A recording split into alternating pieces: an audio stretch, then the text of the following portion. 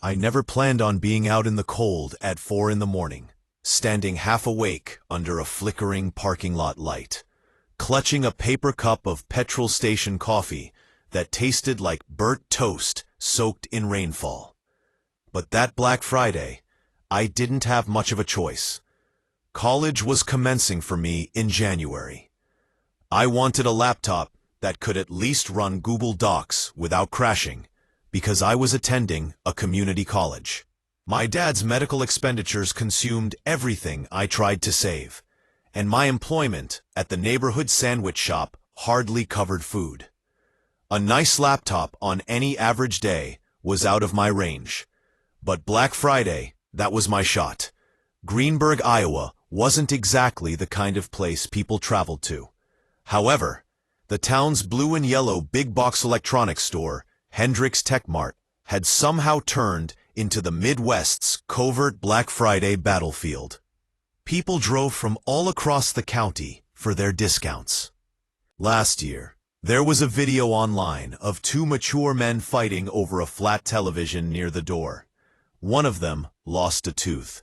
The other lost his dignity. But this year, I needed to be here. And because bargains were limited, I arrived early, earlier than I planned, earlier than the average person would. 4 p.m. The wind was cutting sideways, and my jacket felt thinner than paper, but I pushed through it. I had experienced worse. Growing up in Greenburgh, a town with one church, one pub, one Walmart, and more potholes than people, teaches you to be resilient. My dad had been a forklift operator at a warehouse outside town. Long hours, minimal compensation, and last winter he fell at work. His heart just caved in from years of untreated stress and lousy diet. He survived, but barely. Since then he hadn't been able to work, and the disability payments weren't enough. My mother earned leftovers from her part-time job cleaning houses. One night in October, he called me to his room. He looked exhausted. For months, he had appeared worn out. But that night was different. Don't do what I did, kiddo. Brackets, don't spend your life stuck here. You've got a brain. Use it. Get to college. Promise me. I did, and I meant it. But promises don't pay tuition. Promises don't buy laptops. So I saved every tip, skipped meals when I had to, said no to hanging out with friends, and aimed directly at this one day, Black Friday. That was why I stood outside Hendrick's Tech Mart, shivering, surrounded by strangers bundled like penguins. By 4:15 a.m., the throng was restless. People complained about the cold, the time, the queue, their kids' Christmas lists, everything. A couple behind me debated over whether they should have gone to Target instead. An older guy in front of me started stomping his boots, muttering, come on, like the store owed him money. They weren't antagonistic, but they weren't nice either. Just sleep-deprived Americans in a parking lot chasing deals. The absolutely natural, dismal picture of capitalism. A cop cruiser slowly passed past us, giving that bored, don't cause problems expression. No one cared. Nobody even turned around. At 4:44 a.m., the automatic doors slid open and the store manager came out. A short man with a loudhailer and wearing a comb. "Morning, folks," he shouted. "We're opening in 60 seconds. Remember, no pushing, no running, and no one listened." When they heard the feeding bell, people automatically rushed forward, not violently, but like cattle. The manager gave up on his short speech and stood aside. 4:45 a.m. People streamed in as doors opened, and I moved with them. My heart was racing with adrenaline, even though I detested everything about the turmoil. I avoided a pair hurrying towards game systems and made my way directly to the laptop aisle. A box of Bluetooth speakers was dropped. Someone else cursed loudly. A kid wailed because he misplaced his mittens. I walked to the computers and found a stack of Voltec Breeze 14-inch Chromebooks. It is inexpensive, lacks sophisticated RAM, and is ideal for educational purposes. I grabbed one before the guy next to me could get it. Points. I checked out, bag over my shoulder, heart pumping, relieved as heck. I succeeded. I was going to make it through college with the laptop.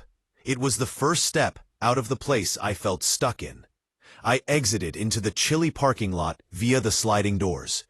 And that's when everything shifted. The noise inside the store evaporated behind me, like someone lowered a big soundproof curtain. The parking lot outside was oddly deserted now. Most automobiles gone. In the second wave of consumer warfare, customers inside the store are getting lost. But there, standing maybe 50 feet away, was a youngster, a little boy. He was about 9 years old, slender, and wearing a bright red jacket that covered half of his body. His trainers were untied, and his hands were placed deep into his pockets. His hair appeared untidy, like he'd been running or hiding. I initially believed he was simply lost. Maybe his family was inside. However, he then began to cautiously approach me. I reluctantly cracked the door and unlocked my car. The frigid breeze slapped my face like a slap. The child came to a stop directly in front of me. He lightly rapped on my window. I froze. You know that instinct you get when something feels wrong? That split-second sixth sense? That don't-do-it alarm ringing in the back of your skull? Yes, the one. I rolled the window down an inch to allow for sound, but I kept the door largely closed.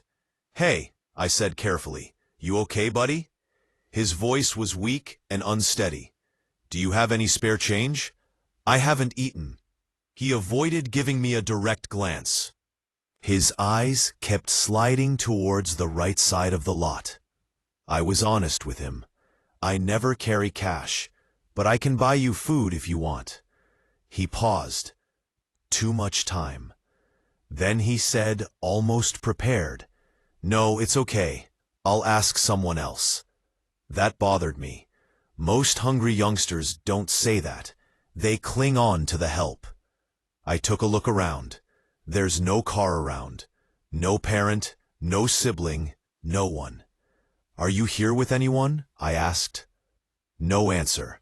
He only shifted his weight, staring at the ground. Then I noticed a silver Nissan SUV across the lot behind him. A person, someone crouching, barely visible, attempting to stay hidden. A grown adult watching us. My stomach sank. Suddenly, the cold was more intense. There was more weight in the air. This wasn't a lost youngster. This wasn't a random moment. It was a setup, and I was the target. I tried to keep calm. Listen, I said softly to the boy. I really have to go. Okay. Take care of yourself. He didn't nod. He didn't speak. He just stepped back like he already knew this was the moment where I go. I closed my window, locked the doors, and started the engine. My pulse was thumping. I peered once more at the SUV. The crouching individual was gone. But now the driver's side door of that SUV was slightly open. Nope. Nope. Absolutely not. I backed out rapidly, pulled into the main road, and didn't look back. I didn't feel good about it, but I felt alive. When I told my dad when I came home, he responded precisely as I had anticipated. You should have called the cops. However, until someone was already bleeding, Greenberg police didn't take anything seriously. And even if I had called, the child and whoever was with him would have vanished before a cop even found his keys.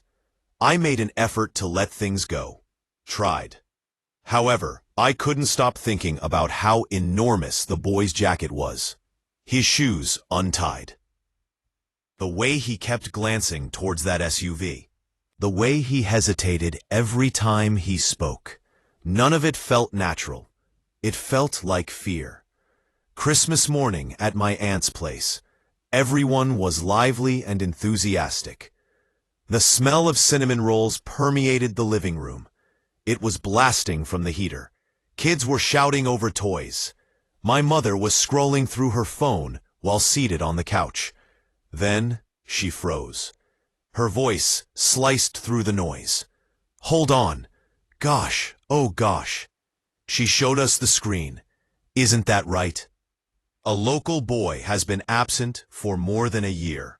New sighting recorded last month near Hendricks Tech Mart." My thoughts felt like ice, because the photo on the screen, the little face, those eyes was the same youngster who tapped on my window. My gut churned so hard, I nearly became ill. The story indicated he'd run away from an unstable family, gone absent for a long time. No confirmed sightings till my meeting. I hadn't known he was missing. I hadn't recognized him that day. I phoned the police, reported everything. They didn't call back. Weeks passed. Nothing. Then there was a breaking news alert in early March. Hit the town. The body was discovered by the Old Mill Canal on the riverbank. The Greenberg boy is thought to be missing. Reason for dying: natural causes compounded by exposure. But nothing about that boy felt natural. Not how he spoke, not how he moved, not the figure crouching behind the SUV. He did not retreat as he had been taught to. Someone used him. Behind him, someone was hiding. Someone out there knew exactly what they were doing. Police closed the case fast. Too fast. I never forgot his face, though. And even now, 10 years later, every time I drive past that empty parking lot, I think I can still image him standing there, in that huge red jacket, hands in his pockets, eyes darting to someone in the shadows. Someone who may still be out there. Someone who might have seen me the night. Someone who might have waited for me to roll that window down a bit more. I never really understood the excitement around Black Friday. But that year, November 24th, 2016, I guess I had my own reasons for winding up in the center of the madness. I was 28 back then, living alone in a one-bedroom flat on the outskirts of Hartville, Indiana, a town people usually drove past rather than to. Life felt like it was moving in circles. Same work, same grocery shop, same calm weekends. Same "you should settle down" comments from my mother. Back then, the only thing that provided me any comfort was photography. For months, I had been putting money up for a new DSLR. Then Walmart offered a crazy Black Friday sale that was more than half off on Thanksgiving Day. It felt like fate, or at least an excuse to do something moderately dangerous. My buddy group wasn't very large, and my coworker Ryland was the only one who genuinely replied when I asked if they wanted to accompany me. However, he abruptly changed his mind since his girlfriend guilt made him decide to stay at home. So I went alone. Before I went, Mum called me. "Please don't go there tonight," she advised in that classic mum voice, half frightened, half dramatic. People act wild during those sales. I swear I read something about a lady getting trampled in Ohio last year. I laughed it off. "Ma, I'm basically just walking in and grabbing a camera. I'm not going to jump into a lion's den." "You say that now. Text me when you get back." "Yes, I will." That would be my final regular phone call for a very long time, even though I didn't realize it at the time. Hartville had 2 Walmarts, but everyone knew the one on the east side was the crazy one. The one where folks camped outside with lawn chairs, coolers, and sleeping bags like it was a tailgate party. That was the one running the DSLR bargain. When I got into the parking lot about 5:55 p.m., then I felt my stomach drop. The place looked like a stadium on game day. There were cars everywhere, people everywhere. Police parked close to the entrance, lights out, but undoubtedly observing. Jesus, I mumbled.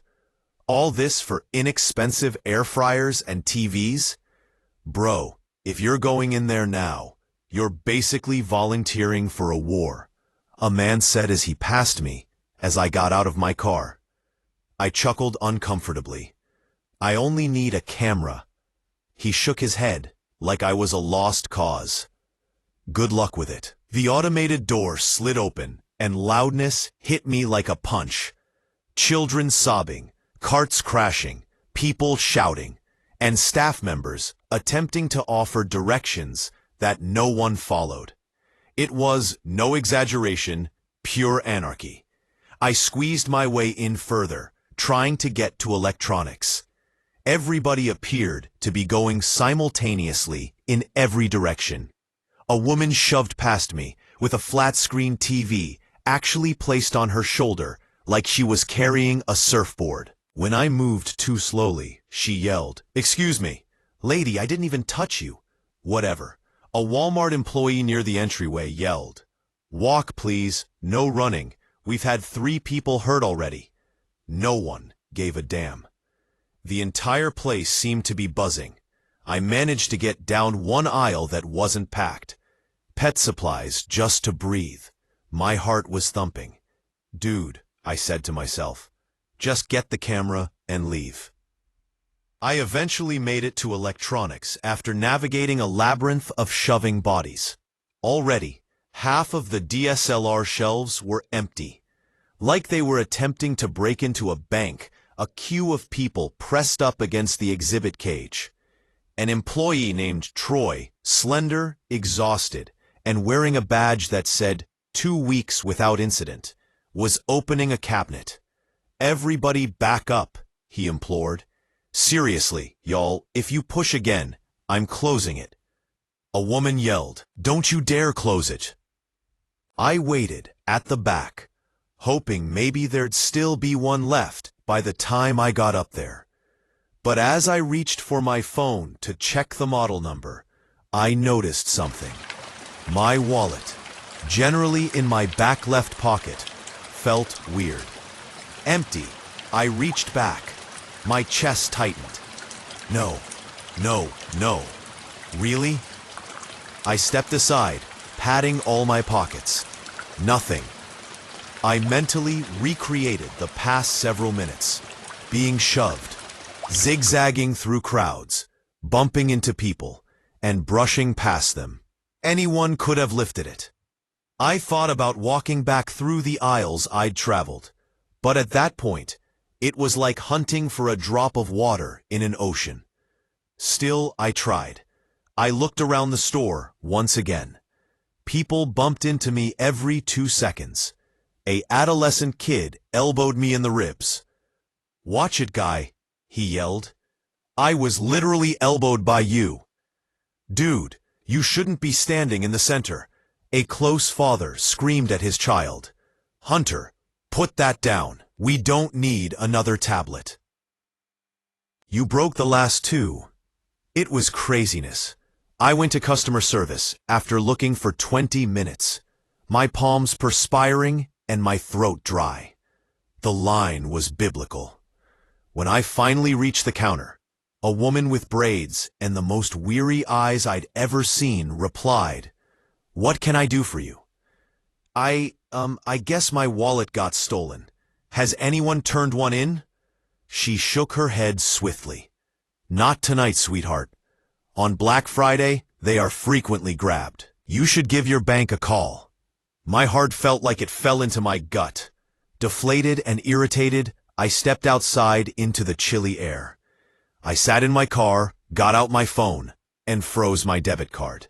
The phone buzzed just as I was ready to call my bank. Unknown number. I almost didn't answer. "Hello?" A cool, amiable male voice answered. "Hello, is this Nolan Reeves?" My heart froze. "Yeah, who's this?" "Hey, my name's Calden. I believe I have located your wallet at Walmart. Your ID was inside. That's how I obtained your number. Oh, wow. Really? Relief flooded my chest, guy. Thank you. Thank you very much. Warm as honey, he continued. No problem at all. People should look out for each other, especially on nights like tonight. That statement should have felt comfortable. Rather, I had an odd sense about it. I said, "Are you still at the store?" "No, I already left," he said. "But you can swing by my apartment. I'm not far. I'd rather give it to you tonight, so you don't worry." He sounded so normal, pleasant, kind. The type of guy you'd trust to hold your seat in queue at a coffee shop. Sure. Where shall we meet?" "I'll text you my address," he said. "GPS will take you right here." An address was pinned in a message that appeared a moment later. He said, "See you soon," and hung up. I stared at the location. It was 10 minutes away. My relief drowned out the part of my brain, thinking, this is weird. It grew darker the farther I drove. Streetlights dimmed behind me. Houses became few, then non-existent. Homes were replaced by trees. A thick cluster on both sides of the road. "Continue for 1 mile, my GPS pleasantly said. However, nothing was present. Where the hell does this person live? The road finally terminated at what seemed like a small county park. No cars, no houses, just trees. A worn trail sign barely readable. My phone buzzed. "Callan, you're in the correct place. I'm just a short ways into the woods. Come on in, guy." My face drained of color. I typed, "Me. Why would I venture into the forest? I assumed you were a resident of this place." I sent the message. A second later, I heard it. Ding, not on my phone. From inside the trees, a notification sound. My body became chilly, electrified. Every hair on my neck standing straight up. "Nope," I muttered. I got back into my car instantly and locked the doors. My hands shook as I turned on my headlights. The beams slashed through the trees. I saw him at that moment. Someone, a male, standing halfway behind a tree around 30 feet distant, only half his head exposed, one eye glaring at me. He retreated behind the trunk cautiously. My breath stopped. The tires squealed as I slammed the car into reverse so quickly. Then I floored it. I didn't look back, didn't blink, didn't breathe. I continued driving till I arrived at the city boundaries of Hartville. My phone buzzed again. Unknown number. "Why are you leaving? Come back. You forgot something." I blocked the number promptly. I drove straight home, shaking the entire way. I didn't get much sleep that night. I immediately went to my bank the following morning, canceled my old card, obtained a new one, and submitted a report. I didn't have high expectations, but I also reported the number to the police. The officer listening to my account, a hefty guy named Officer Tanning, leaned back in his chair and said, "Yeah, we've gotten a few calls like this over the years. Scammers wait inside the store, bump against people, lift wallets or phones, then lure the victims to isolated places. While most people don't go, some do. What happens to the ones who go?" I asked. He remained silent.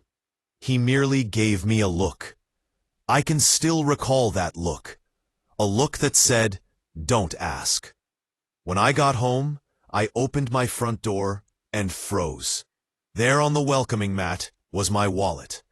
Everything still inside, except the cash. No note, no footprints, no explanation. Just my wallet placed neatly like a box someone delivered. I contacted the cops again. They advised me to set up cameras, lock everything, and temporarily stay indoors at night. That Thanksgiving holiday, I jumped at every noise, every knock, every car door, every notification sound. Because occasionally when my flat was absolutely quiet, I imagined I heard it again, ding, from somewhere outside. I never thought that a single, everyday moment could create a before and an after in your life. That was something people stated in movies or trauma documentaries, not something I ever expected to relate to. However, I now believe it after the Black Friday shift last year. I worked at a mid-sized apparel store called Hollow Birch Apparel, one of those stores that's not really fancy, not super inexpensive, but constantly busy during the holidays. My name is Nora Hale, and by the time last November rolled around, I had been working there for about 2 years. I didn't detest the job. Honestly, I appreciated having something predictable in my life. My childhood was messy. Hollow Birch was the first place where I felt like my feet were truly on the ground after a tumultuous time at college. Black Friday was meant to be difficult, but not catastrophic. But I guess life doesn't check in with you before it starts to break apart. A few weeks before Black Friday, our manager Rachel gathered us in the front of the store and gave the standard talk. She clapped her hands together and added, "Black Friday is, Black Friday. Coffee will be in the break room, energy drinks as well. And please, please don't quarrel with customers. I'll take care of that." We all laughed. Most of us had been through at least one Black Friday shift previously, except me. This was my first one at Hollow Birch. I'd only survived one Black Friday before at another retail job, and it had been absolute chaos. People climbing on display tables like feral cats. A mom got into a yelling confrontation with another mom over a puffer jacket. A guy pushed an employee for looking at him weird. I had swore I'd never do it again, but rent needed paid. So here we were. My coworkers were lovely individuals, usually college kids. One mother working 2 jobs. A dude who'd been there way too long and has the lifeless eyes to show it. No one particularly noteworthy or dangerous, just regular folks attempting to survive the holiday season. That, I believed, was what made it secure. I was mistaken. My shift started at 5 a.m. promptly. I had an iced coffee in one hand and a protein bar in the other, attempting to pump myself up as I walked from my car to the staff door behind the business. The sky was still pitch dark, the air frigid enough that I could feel my breath. A couple other employees were stepping out of their automobiles, too. Jess, Ari, and Tobias, all snuggled up like exhausted little penguins. "We ready for hell?" Jess yawned and inquired. "Oh yeah," Ari whispered. "Can't wait to be yelled at by strangers who forgot how to act." We checked our badges, and as the metal door beeped open, I heard myself mutter, "Let's just get through today alive." If I'd understood how literal those words would feel later, I wouldn't have spoken them so nonchalantly. When we opened at 6 o'clock in the morning, customers flooded in like we were handing out gold. I'm not exaggerating. People ran. A group of 3 adolescent females knocked down a jumper display and didn't even glance back. I worked the register for the first few hours. My hands scarcely stopped moving as I browsed jeans, sweaters, coats, socks, and miscellaneous things people surely didn't need, but now had to get because they were 40% off. People were irritable, impatient, half awake. Nothing frightening or novel. Rachel gave me a shoulder tap at around 9 in the morning. "I need your assistance on the floor, Nora. Sweaters are getting ruined." "You good?" "Yes," I replied. Switching zones sounds wonderful, actually. I had no idea that the pleasant portion would finish quickly. I was replenishing a display of chunky knit sweaters when a man approached me. Tall, slender, bald, pallid in a way that appeared ill. He wore a puffy jacket that looked too big for him, like he borrowed it from someone much larger. His eyes were odd, wide and unblinking, as if he was still learning how to act appropriately in public. He held a jumper bunched up in one hand. "Hey," he murmured softly. "You get this in a medium?" He spoke in a bland tone. No tone, no warmth. "Yeah, certainly," I said, attempting to sound upbeat because retail had trained me well. "Allow me to verify." I brought him to the display and pointed to the stack. "In fact, we have a few of mediums here." He didn't even glance at them. Instead, he stared at me. He said, "How's your day going?" I said, busy, and moved a little away from him. "Black Friday, you know. You live around here." Inside, I froze. Workers were frequently asked stupid questions by customers, but not that. "I just work here," I answered, providing a professional but strong answer. He took a tentative step closer. "What time you get off, sir?" With a forced shop smile, I said, "Are you in need of any additional assistance?" His eyes didn't move, didn't blink. "You married?" "No." "Boyfriend?" "No, sir. I must return to work immediately." He just gazed at me for a few seconds, as if he was learning me by heart. "Pretty girl like you shouldn't be here this early," he finally said. "That's okay.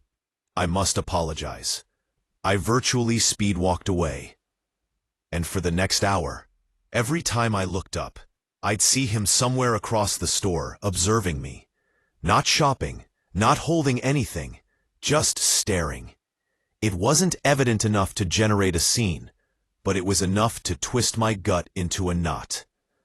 I felt a wave of relief, like warm water, when my break finally arrived. I went into the break room, grabbed my lunch, sat down, and let my shoulders drop. Jess sat next me. "You good?" she questioned. "There's this guy on the floor who keeps staring at me," I remarked gently. "When I get off work, ask me." Super odd vibes. Jess rolled her eyes. "Ugh, creepers love retail establishments. After the break, would you like me to walk the floor with you?" "No, it's all right. I'll be okay." I ought to have allowed her to come. God, I should have let her come. When I went back out, the man was gone.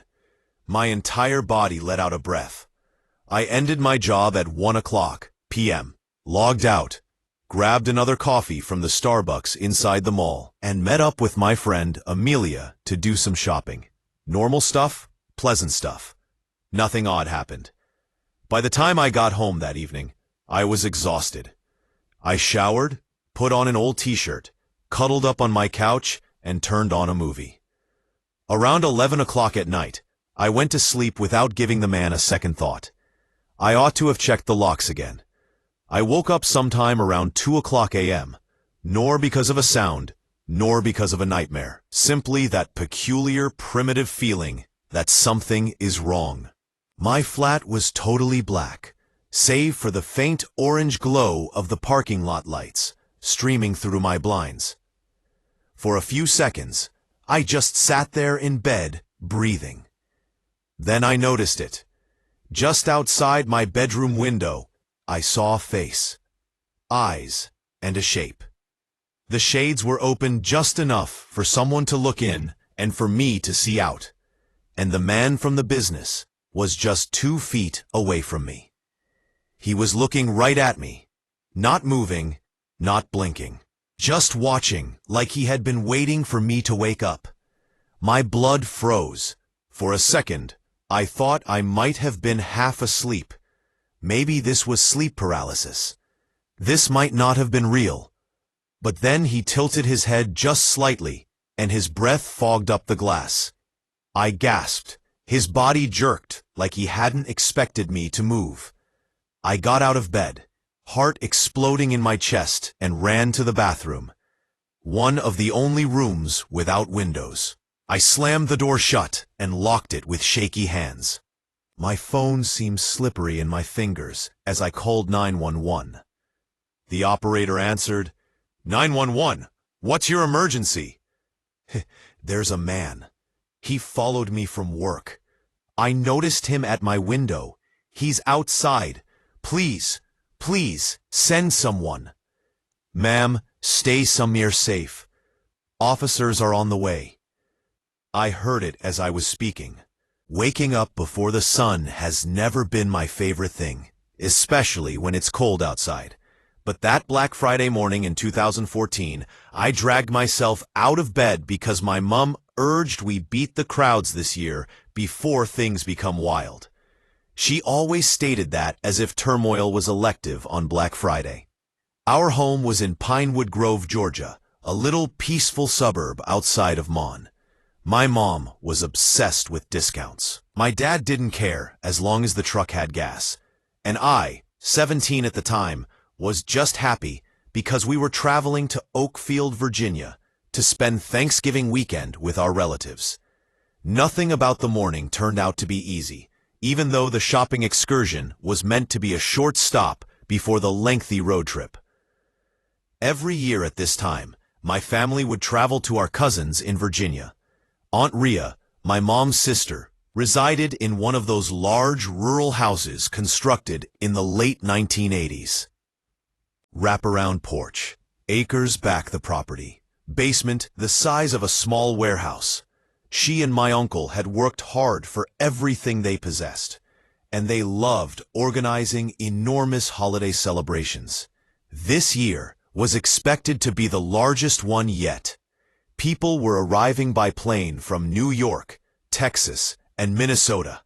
Almost 40 people under one roof. I hadn't seen everyone in so long that I truly missed it. Missed the cousins, the commotion, the late-night films, the foolish games we played. There was always life in that house. It felt like any other morning. Totally typical. If only I knew how soon normal can turn into something you never forget.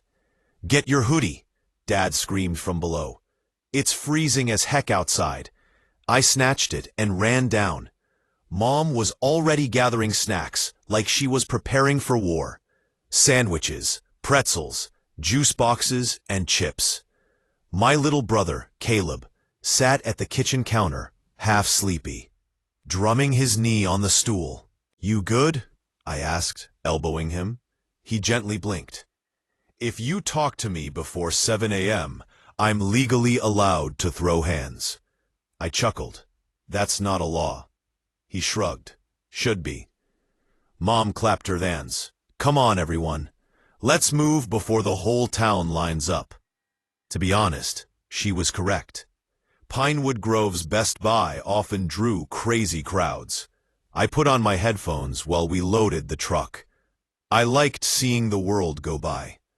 The vacant parking lots, the mist coming off the grass, the way the early morning light seemed like it was painted with frigid air. About 5:20 a.m., we arrived at Best Buy. Sure enough, the queue was already stretching down the building. Oh Lord, Mom whispered. See, I told y'all. Dad parked, extended his arms, and grinned. Welcome to the unofficial holiday in America. Buy something you don't need day. The automated doors opened to the scent of cardboard, plastic wrapping, and too many people wearing too many layers, as well as heat blazing from above. Workers looked like they were already done with life, even though their shift had just started. My mom dashed away like a soldier on a mission. Stay together, Dad screamed. She was gone in 2 seconds. I took Caleb with me to look at games while Dad followed behind. Bracket.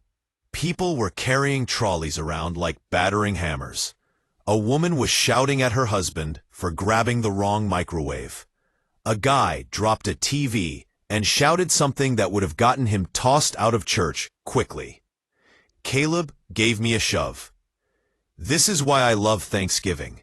Family, food, and seeing humanity at its worst. He wasn't wrong. However, it wasn't within the store that I found so memorable. It happened later, much later. We arrived in Oakfield at approximately 3 p.m. after arriving in Virginia. Bracket. Their home, located along a long dirt road with wood extended back the house.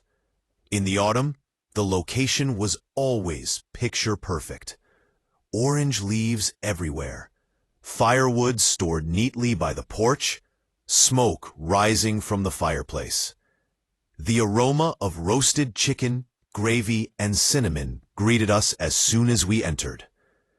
There were children running around. In the kitchen, adults were giggling. Even though it wasn't December yet, someone was playing Christmas music.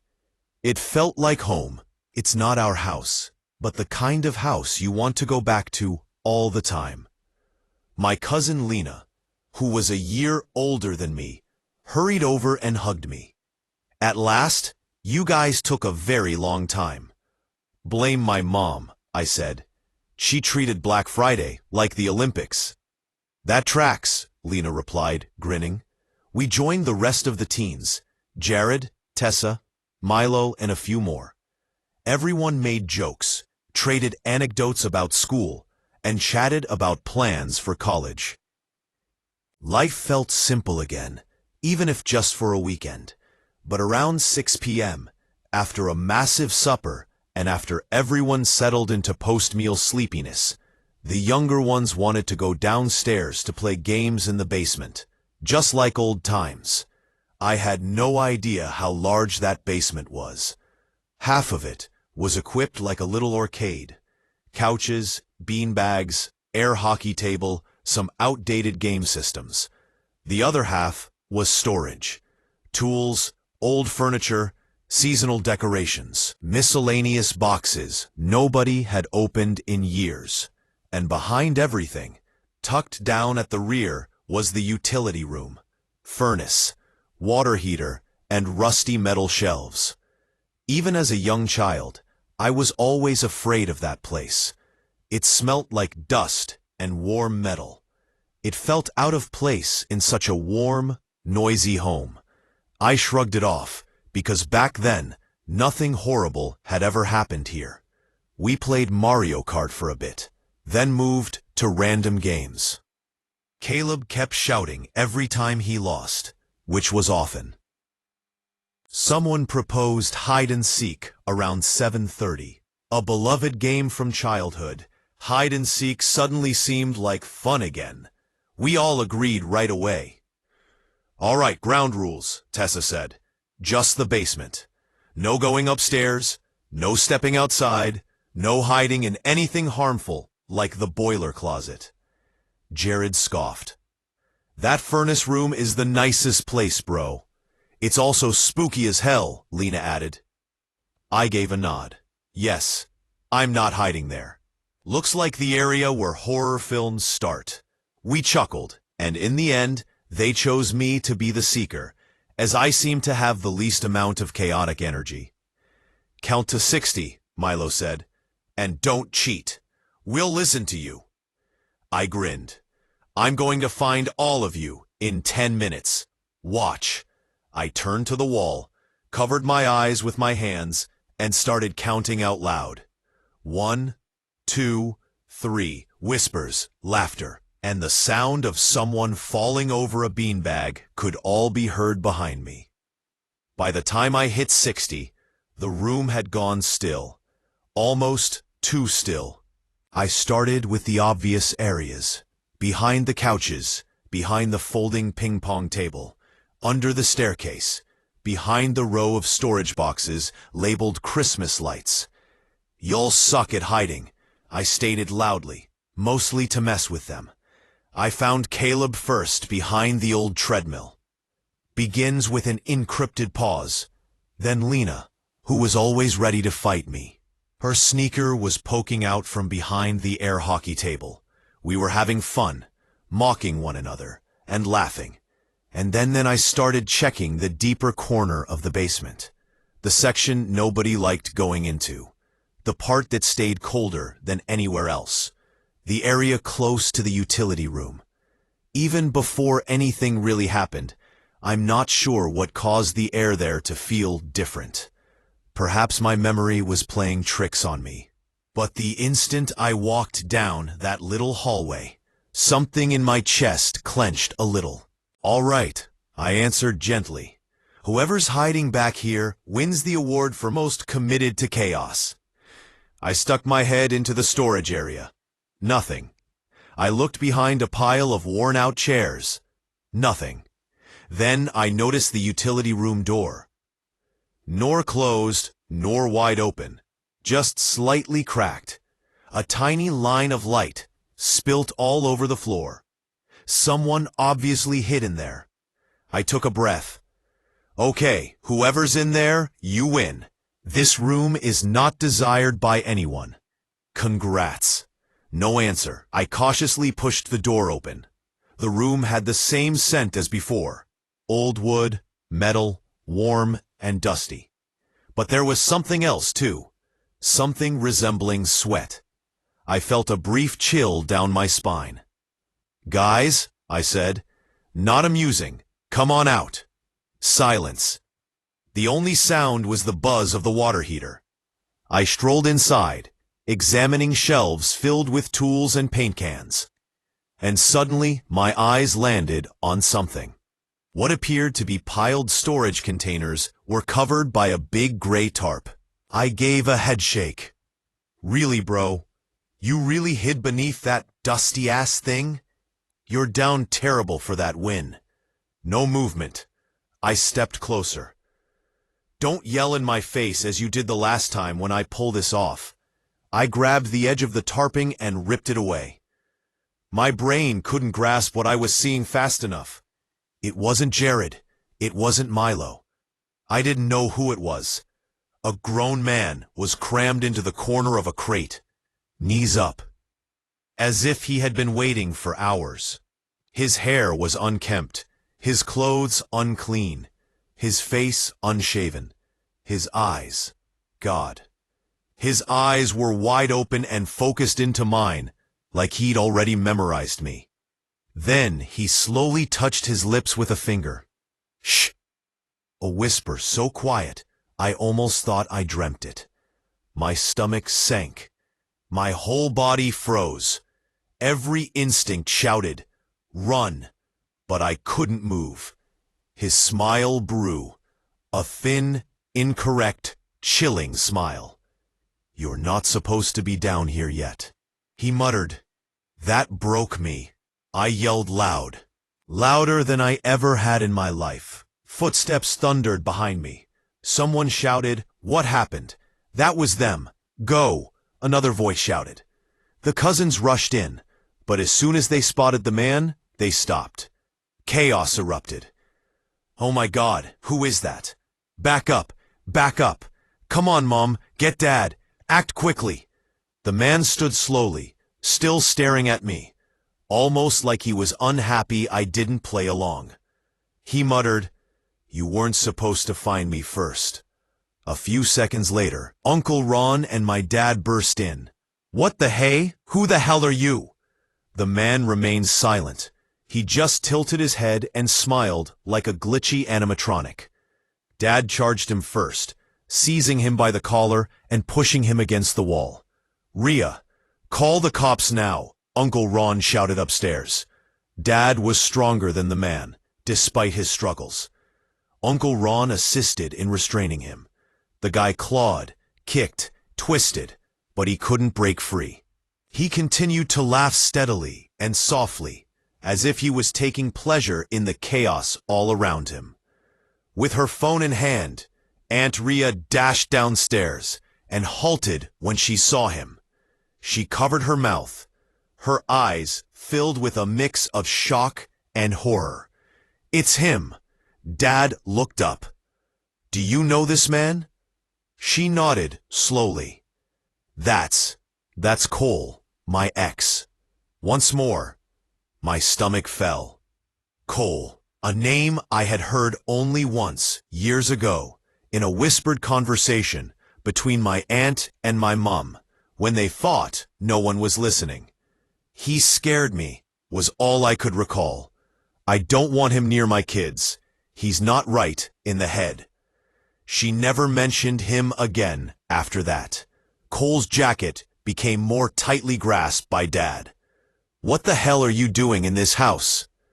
But Cole only grinned. "You left the basement window unlocked," he muttered. "You always forget the simple things." The color faded from Aunt Rhea's face. This is where he was. How long? Cole looked at me, right at me. Then he grinned more broadly. "Long enough to watch all of you come in." My heart began to race up my throat. "That's enough," Dad growled. "Stay down until the cops come." Cole laughed quietly again. "You believe this is the end of it?" Uncle Ron shoved him harder. "Quit talking." Sirens grew louder outside. The cousins stayed behind me, terrified. The kids upstairs were weeping. The adults were shouting. The whole home buzzed with terror. The officers rushed in, cuffed him, pulled him out. He never yelled, never objected, and never engaged in combat with them. He only gazed at me as they pulled him past, eyes unblinking. "You weren't meant to find me first," he said one more time. And suddenly, he was gone. The house didn't feel warm anymore. Not that night. Not for the remainder of the weekend. We slept with lights on. The adults debated silently, behind closed doors. Everyone was shaken. I overheard Mom chatting to my dad. He must have been observing the house. For days, perhaps. Aunt Rhea was distraught. She continued saying she assumed Cole had gone out of state. Nobody was aware of how long he had been inside, if he had been observing from the forest, or whether he had more sinister plans. And that tormented all of us. The officers informed us the same thing the following day. He had entered through the window in the basement. He had been hiding in the house. He had been waiting for what? They were unable to say. The way he stared at me, though, is the part that still haunts me. Like I ruined something. Like I disturbed a plan. As if he had been waiting. Not for us, but for me. I still hear the murmur occasionally late at night, when the house cakes or the breeze strikes the window just right. It wasn't meant for you to discover me first. I try to tell myself it's just memory, just dread, just leftover trauma from that night. But something deep inside me knows. Perhaps things would have turned out differently if I hadn't raised that tarp. If I had looked in another room first, or if someone else had discovered him. It would have gone very, very differently, and maybe I wouldn't have lived to tell this story. I never loved Black Friday, but that year I didn't really have an option.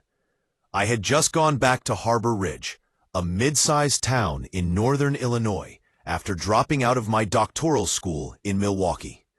The relocation was unplanned. That year, nothing in my life was planned. I needed to be closer to home because my mom had fallen ill. So, everything, my work, my flat, my classes, had been boxed up and shoved into a U-Haul in the middle of October. There wasn't much money. So, when November rolled around and my little sister Riley asked if I could assist buy Christmas gifts for her kids, I said sure. She informed me about Black Friday specials, even though I wasn't sure how I would handle it. "You don't even have to wait till morning," she replied. "Around 9 p.m., the stores here open. Just go grab a couple things. Kids' things sells out rapidly." I figured a few cheap toys were achievable. And that was how I found myself sitting in my car on Thanksgiving night, parked in the lot of the Hilford Plaza, with a half-finished petrol station coffee cooling in the cup holder, and the radio quietly mumbling a late-night talk show I wasn't actually listening to.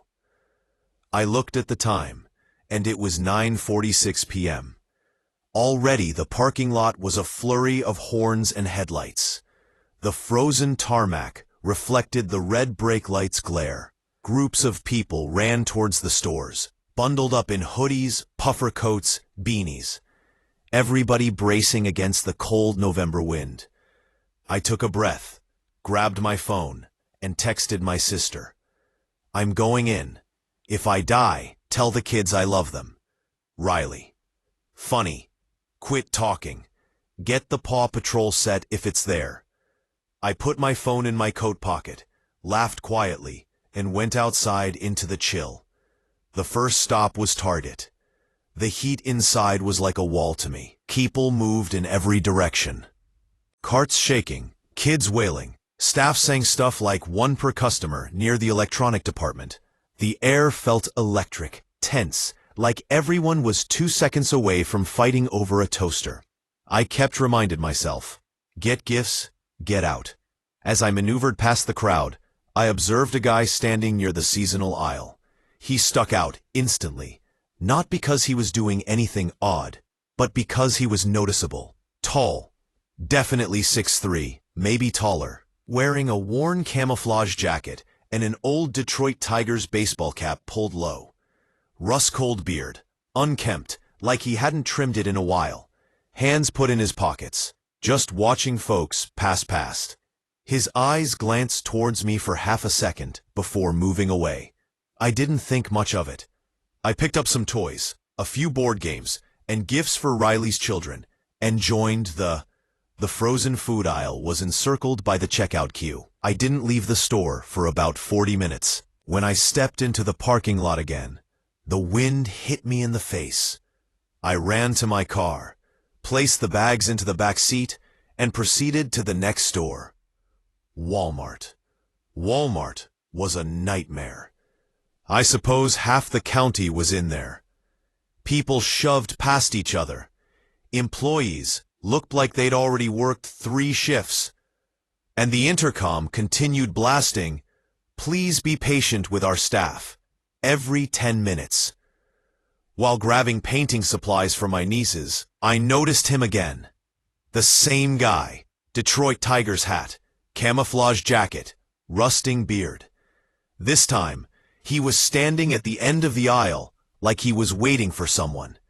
His gaze darted back to me. Then he swiftly averted his gaze, as if he hadn't been staring at all.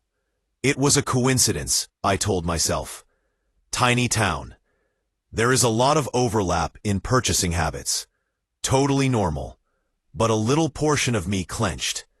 Just a little coil in the intestines. I finished at Walmart, checked out, and headed to the last place on my list, Best Buy. Best Buy felt different the instant I went in. Quieter. Not calm. Nothing is peaceful on Black Friday. But it is quieter, as if people were paying closer attention. I proceeded towards the electronics department, skirting past displays of headphones and heaps of video game cases. Maybe 5 minutes later, I saw him once more. This time, I froze. He wasn't only present. He was gazing, not like a look, not like a coincidence.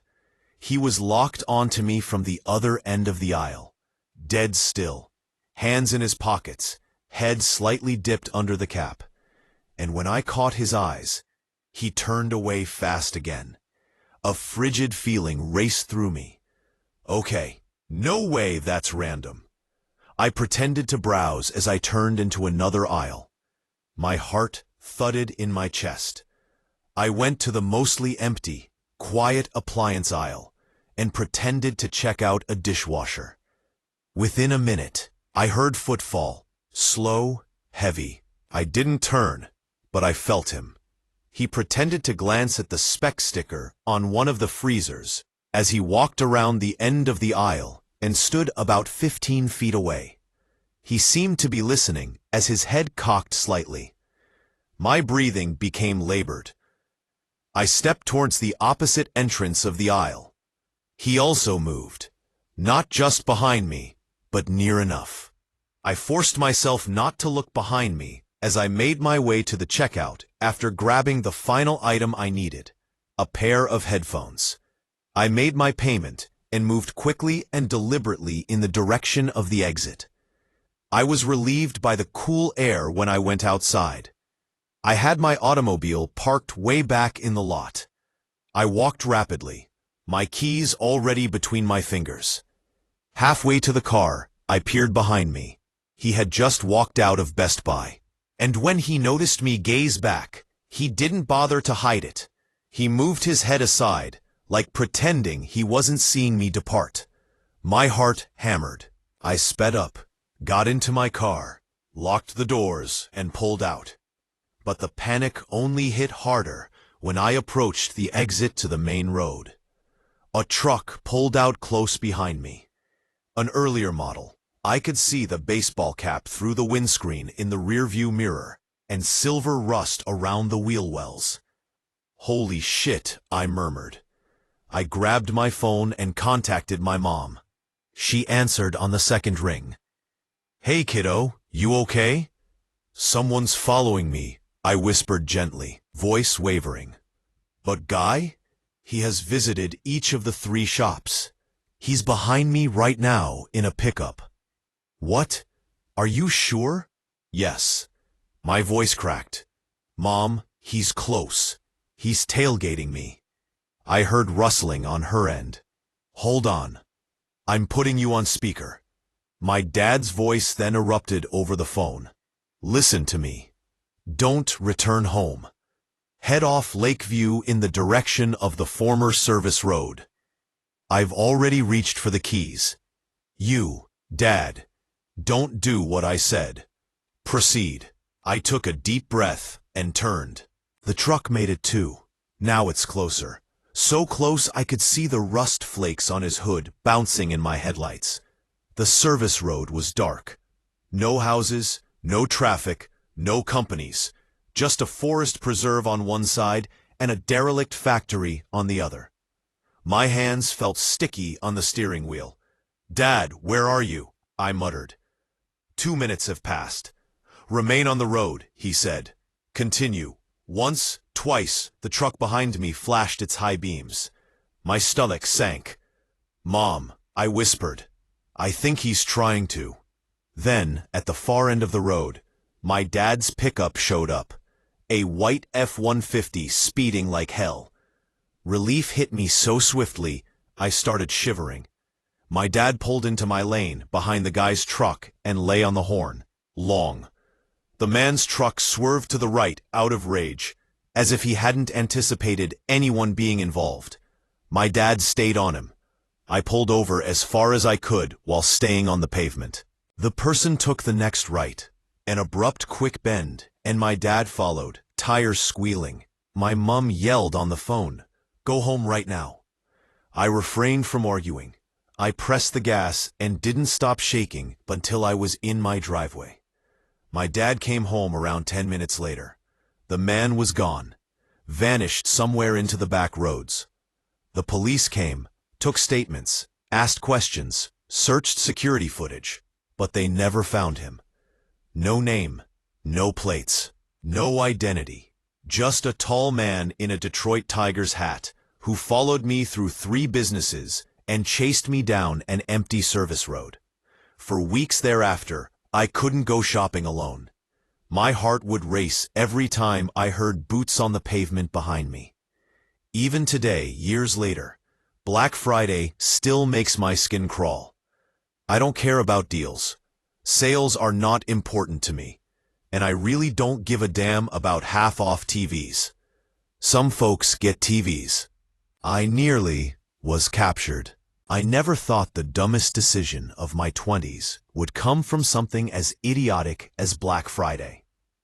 I was struggling to make ends meet in a little flat in upstate New York back then, before the engagement, before I changed careers, and before I realized how fleeting ordinary life truly is. I worked at a local print shop. The hours were rubbish, the salary was poor, but the personnel were good enough. My girlfriend at the time, Serena, lived 40 minutes away with her flatmate. We were still in that early phase of dating where everything felt warm, fluffy, and stupidly hopeful. The kind where you assume nothing bad can happen since you're happy. And I really was pleased then.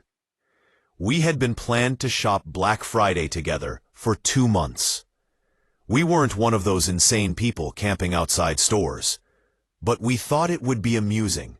We were both broke, and honestly, Black Friday deals were the closest thing we had to indulge. Before I tell you what happened, though, there is something else you should be aware of.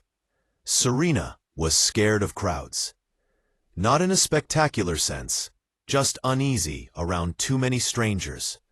She'd avoid concerts, avoid packed bars, avoid subways. I was so surprised when she proposed that we go shopping at a large mall on Black Friday. "I'm trying to push myself," she remarked. "You also said that you wanted a new laptop. We'll go together. And I kind of dig the Christmas atmosphere. Then let's do it." If only I could go back to that conversation. If only I could tell her no, I replied with a smile and a peck on her forehead. If only I could stop what happened inside that mall. We reached Hawthorne Ridge Mall around 10:45 p.m. on Thanksgiving night. Doors opened at midnight. The parking lot was already a zoo. People honking, shouting, running across lanes like they had a death wish.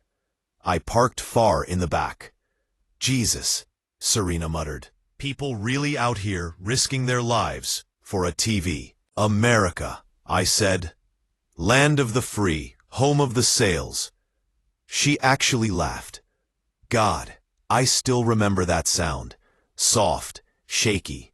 Her cheeks were cold from the November air, and she kept rubbing her hands together. "You good?" I asked. "Yeah, just nervous. Too many cars. We can sit in the car till midnight." "No, let's go. If we wait, we'll end up behind the whole queue." The walkway leading to the mall entrance was jam-packed. People were shivering in heavy coats, blankets wrapped around their shoulders, holding thermoses like they were holding life. We took our spot near the middle. Behind us, some teenager was loudly chanting. After 10 minutes or so of standing in line, Serena grabbed my sleeve and said, "Do you see that? This is when it gets strange, and the night officially started going bad," she whispered. "See what?" She pointed towards the far end of the crowd. Not at the people, not at the queue, but towards the dark area where the parking lot lights didn't quite reach. "I swear," she said, "someone's just waiting there." I squinted, but I couldn't see anyone. "It's probably nothing," I said. "Just shadows or whatever." She kept looking back over her shoulder every few seconds, but she didn't appear to be persuaded. I swear, Black Friday has the same energy as an apocalyptic movie. We headed for Tech Hut, the electronics store inside the mall, because they had a laptop I'd been eyeing. We shuffled through the crowds, half walking, half floating with the wave of people. Serena stayed pressed to my side. "I hate this," she muttered. The moment we stepped inside, Serena's hand clamped onto mine. "You're doing well, babe. We'll be in and out." Then, while we passed the escalator, she muttered, "That guy, he's still here." "Which guy?" I scowled. "The one from the parking lot. You mentioned seeing just a form." No, when we got closer, I saw him. He was wearing a dark coat, hood up, just standing. And now he's inside. I looked everywhere. Too many folks.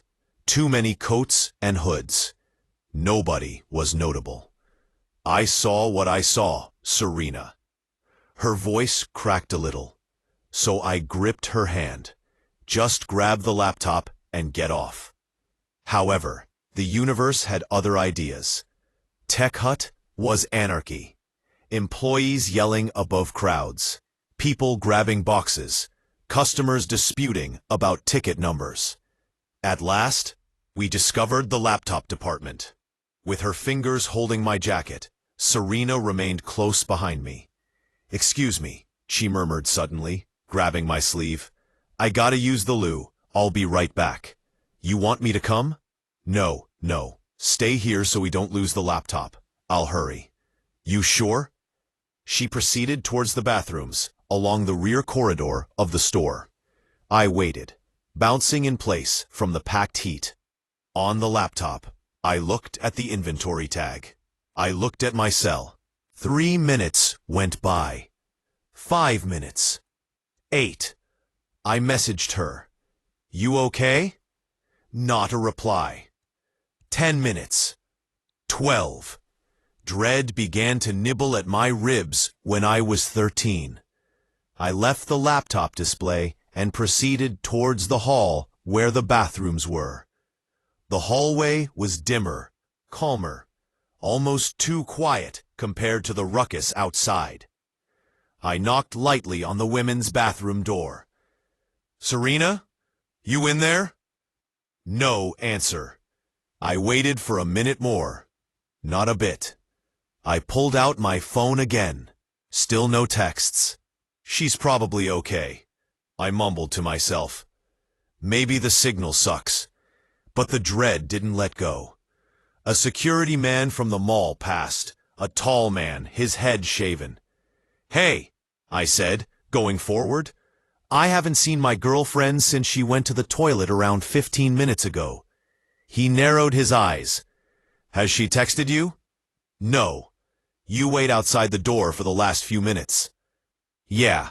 He gave a nod and gave the door a hard knock.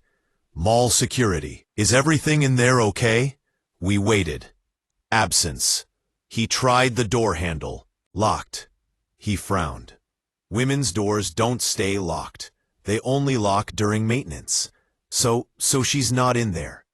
I felt a cold ripple travel down my spine. What do you mean? I watched her approach this corridor. She stayed out of that bathroom. Not this one.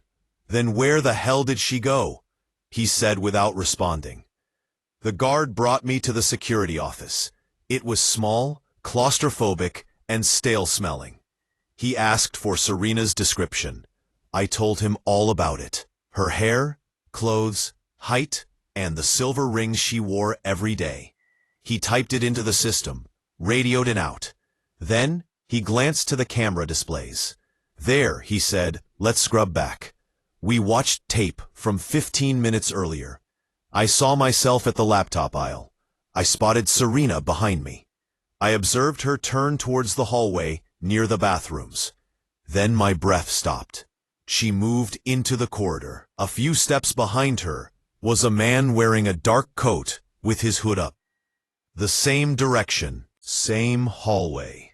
The guard leaned forward. Hold on. He rewound, played again. This time, we watched longer.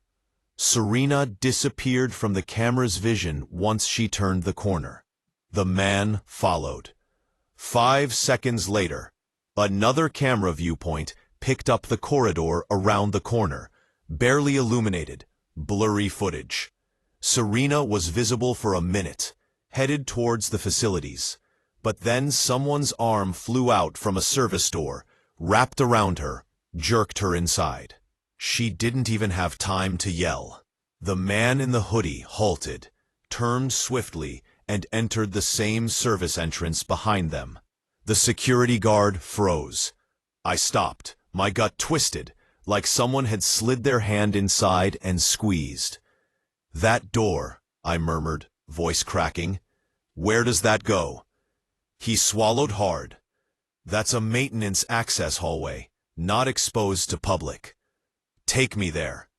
The guard took a radio and beckoned for me to follow. We walked rapidly through the mall, cutting behind kiosks, through the edge of the food court, until we reached a staff-only passage.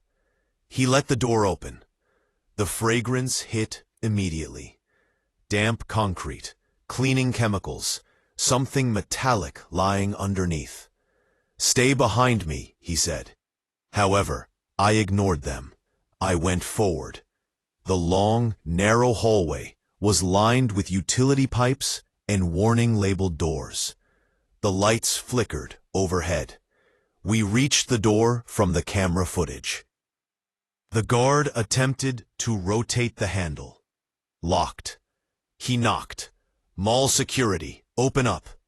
Absence. He took out a ring of keys and began experimenting with them. But I spotted something he didn't. There were scuff marks on the floor.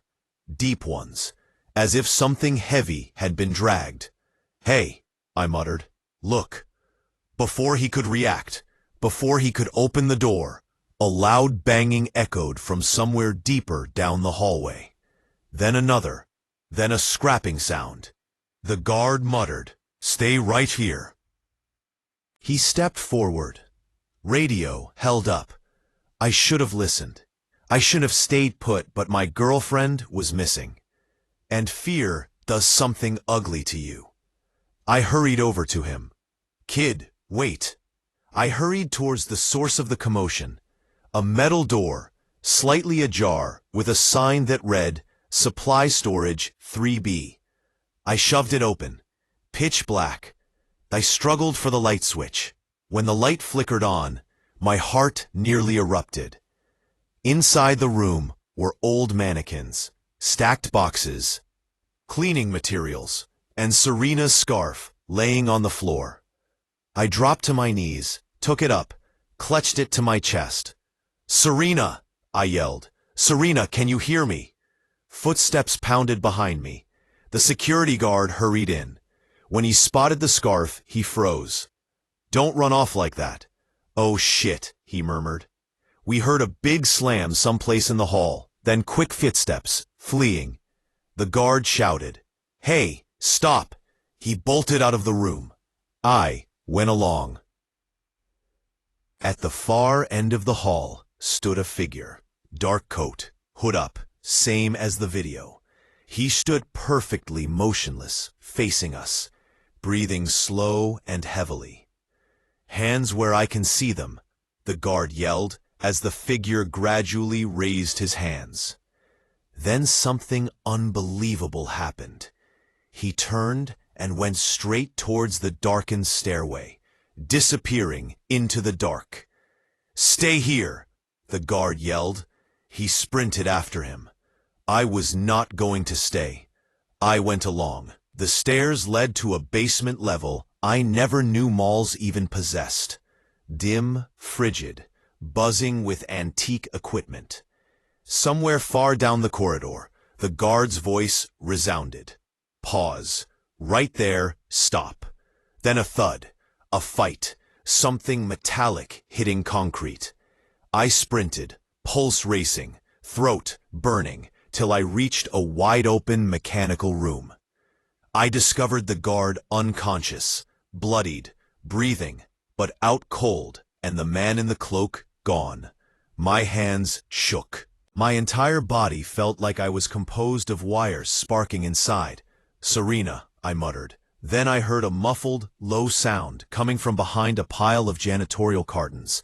I crept towards it gingerly, scared of what I could find. "Hello," I muttered. Something shifted. Then I heard her voice, and a little trembling hand appeared. "I'm here."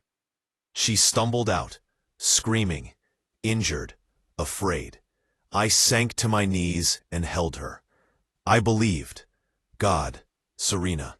I thought she sobbed into my shoulder. He grabbed me. He dragged me. He kept whispering that he needed to show me something. I fought him. I scratched him. I bit him. He didn't expect me to fight. He left me here when he realized security was coming. "Where is he?" she sobbed. "I don't know." He said something like, "Not tonight." And then he left. I held her tighter. "We're getting out of here," I said. I carried her up the stairs while she held on to my neck. The guard was waking up, mumbling. I radioed for help, using his device. Mall security flooded the area within minutes. Paramedics checked Serena and the guard. Cops questioned us for hours. But here's the part that still makes me sick. They never found the man in the hoodie. Not one camera caught him leaving the mall. Not one exit alarm triggered. I was at my flat trying to sleep next to Serena, who hadn't gone anywhere alone since that night. when my phone buzzed at around 3 in the morning. It was an unknown number, no message. Just a picture of Serena and me waiting in queue outside Hawthorne Ridge Mall, taken from behind a car, taken from the shadows, taken before we even walked inside, and it made my stomach drop so much. No staff had seen him. They checked every access hallway, every mechanical room, and every loading dock. We moved 2 months later. Serena and I are still together, stronger than ever, planning our future. But every Thanksgiving night, every Black Friday, every time we pass a mall, she squeezes my hand a little too tight.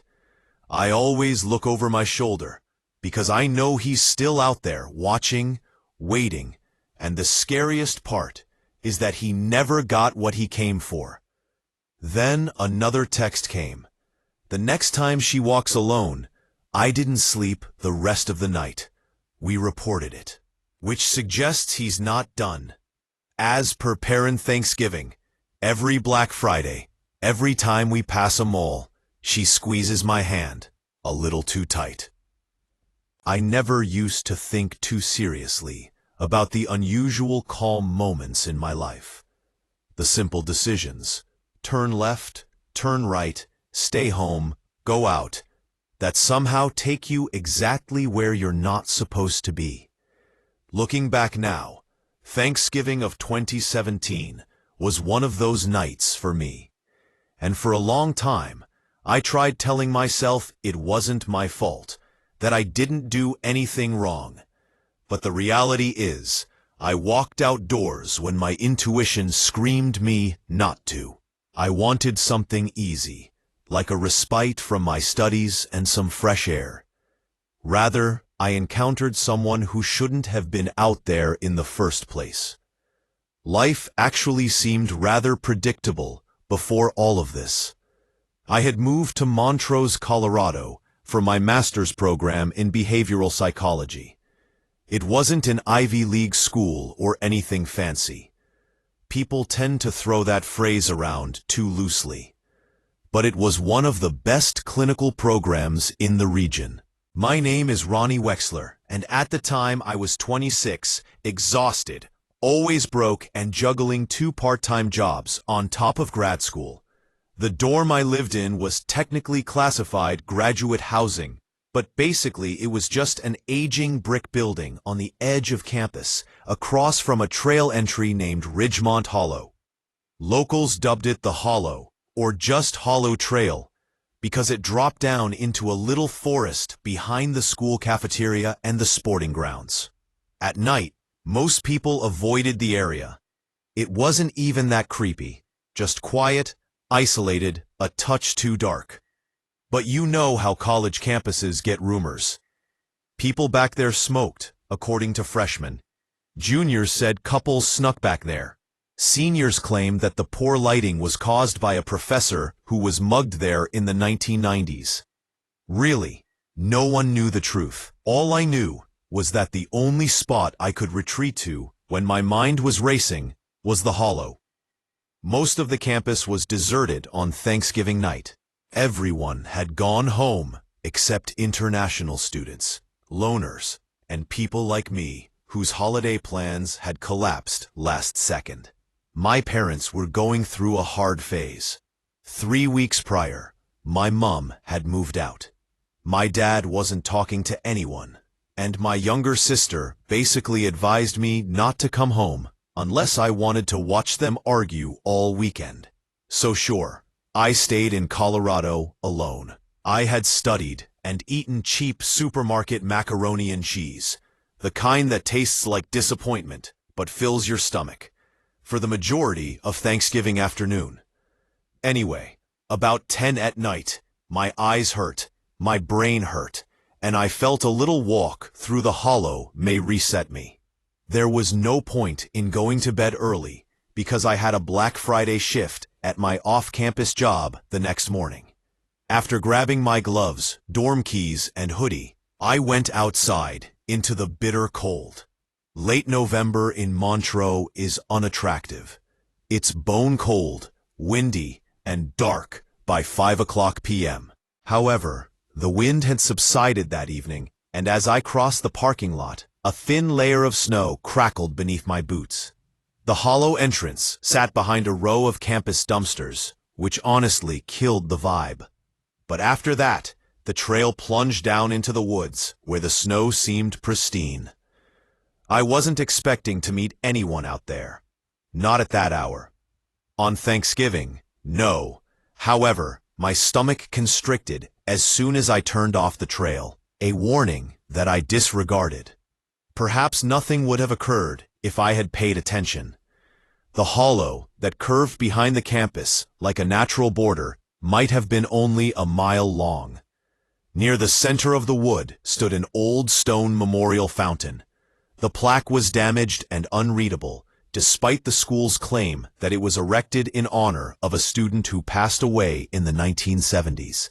And honestly, the whole structure seemed abandoned. I strolled down the trail, hands in my pockets, breath misting in front of me, attempting to clear my thoughts. On the snow, my boots made a crunchy sound. You know the kind that echoes much too loud when the night is quiet. I wiped snow off the stone ledge at the fountain and took a seat. The forests around me were silent, tranquil, or they would have been. I heard footsteps behind me, quiet, slow, not rushed. I turned, hoping to find a fellow student maybe taking a walk like myself. Rather, a few feet down the trail, I noticed a man. At first glance, he didn't seem particularly dangerous. He had on a low baseball cap and a frayed canvas jacket. His beard was uneven, and his clothes seemed worn, like he'd been outside a lot. Older than a student, mid-40s maybe, hard to tell in the dark. He lifted a hand, kind of a casual, hey there motion. Evening, he said. I tried to grin politely. Hey. He went closer, boots crunching quietly, then halted a few feet away, like he was testing if I'd order him to back off. I didn't. I should have. You out here by yourself? He asked. I shrugged, just clearing my head.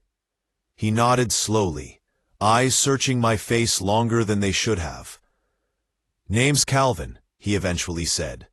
Most folks call me Cal. I didn't want to give him my complete name, so I just said, I'm Ronnie. Cal grinned, but the smile didn't reach his eyes. So, you living in those grad dorms up there? He questioned, pointing back towards university. The question wasn't strange on its own. His tone was, yeah, I answered carefully. He laughed quietly to himself. Figures, you got that academic look, all serious and shit. I feigned a giggle, hoping it would conclude the subject. Yeah, I guess. Neither of us spoke for a little moment. He changed his weight, then eyed me up and down. Not sexually, just studying me. That bit made me nervous. You're new here, ain't you? Cal asked. Second semester, I said. He rubbed his hands together, his gloves torn at the fingers. Good school, he mumbled. Real good school. It's shame they don't look after themselves. His tone intensified, and I didn't know what he meant. I didn't ask. Anyway, I said, standing up. It's becoming cold. I should head back. Cal remained still. He just stared at me, head tilted slightly. You be careful wandering alone out here, Ronnie, he stated. Lots of folks forget this forest is older than the school, older than all of it. Things get lost out here. His voice wasn't threatening, but it wasn't comforting either. Yeah, I said quietly. Good night. I started going back towards campus. I didn't turn back until I was at the top of the trail. He was still there, motionless, staring, not moving. I walked faster. Back in my dorm, the warmth felt comforting at first. I kicked off my boots, hung my hoodie, and sat at my tiny desk. I tried to keep studying, but my mind kept drifting back to Cal. Who was he? A local? A former student? A drifter passing through? Campus security always said the hollow was safe, but the man didn't look like someone taking a casual walk. Around midnight, my phone buzzed. It was Jod, my childhood friend. She lived in Oregon and worked at some thrift store. She rarely called unless something big happened. I answered, still in my robe from earlier, after showering. "Dude," Jod shouted. "Guess who finally got promoted?" I laughed. "Let me guess. You." "Hell yeah," she said proudly. "Assistant manager, baby." We caught up for almost an hour. She balanced her phone against something so I could see her folding clothes while talking. I did the same, propped my phone against a stack of textbooks. Everything felt normal, serene until it wasn't. Jody suddenly stopped mid-sentence. Her face tightened. "What?" I asked, half laughing. "Why are you staring like that?" "Ron?" she whispered. "Someone's at your window." I froze. Cold shot up my spine. "What?" I whispered. She pointed at her screen. "Behind you right now." I turned slowly, and there he was. Cal pressed against my window, face nearly touching the glass, eyes locked on me. When he realized I saw him, he jerked down, disappearing beneath the window frame. My hands started shaking. "Jody, call security right now," I whispered, scrambling to grab my phone. "No, you call them," she cried. "Ronnie, what the hell?" I dialed campus security with quivering fingers. As I talked to the dispatcher, something happened that I will never forget. My doorknob turned. "It's him," I whispered. "He's at my door. He's trying to get in." He said, "You know I can kick this asshole in, right? One good hit and it opens." I backed away, nearly tripping over my bed. "Security is coming," I shouted. "Go away." He laughed as the knob shook more violently and the metal clacked. Soft, cold. "Shouldn't have walked out there alone," he commented. "Should have stayed inside." I started crying then, not because I was weak, but because nothing about this made sense. He shouldn't be here. He shouldn't know where I lived. I could hear Jod yelling through the phone, imploring me to hide, asking whether I shut the window, telling me to stay on the line. The doorknob rattled again, then stopped. "Ronnie," Cal muttered. "Open up. I just want to talk." "No," I yelled, my voice breaking.